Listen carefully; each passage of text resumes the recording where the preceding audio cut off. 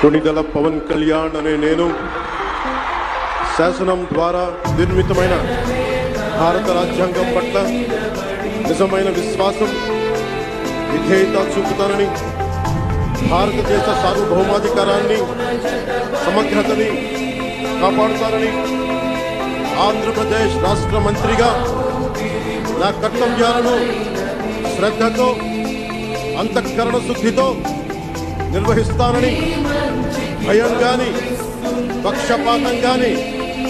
రాగద్వేషాలు కానీ లేకుండా రాజ్యాంగాన్ని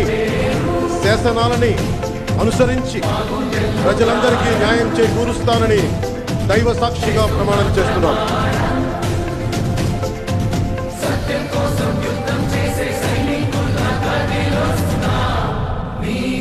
నారా లోకేష్ గారు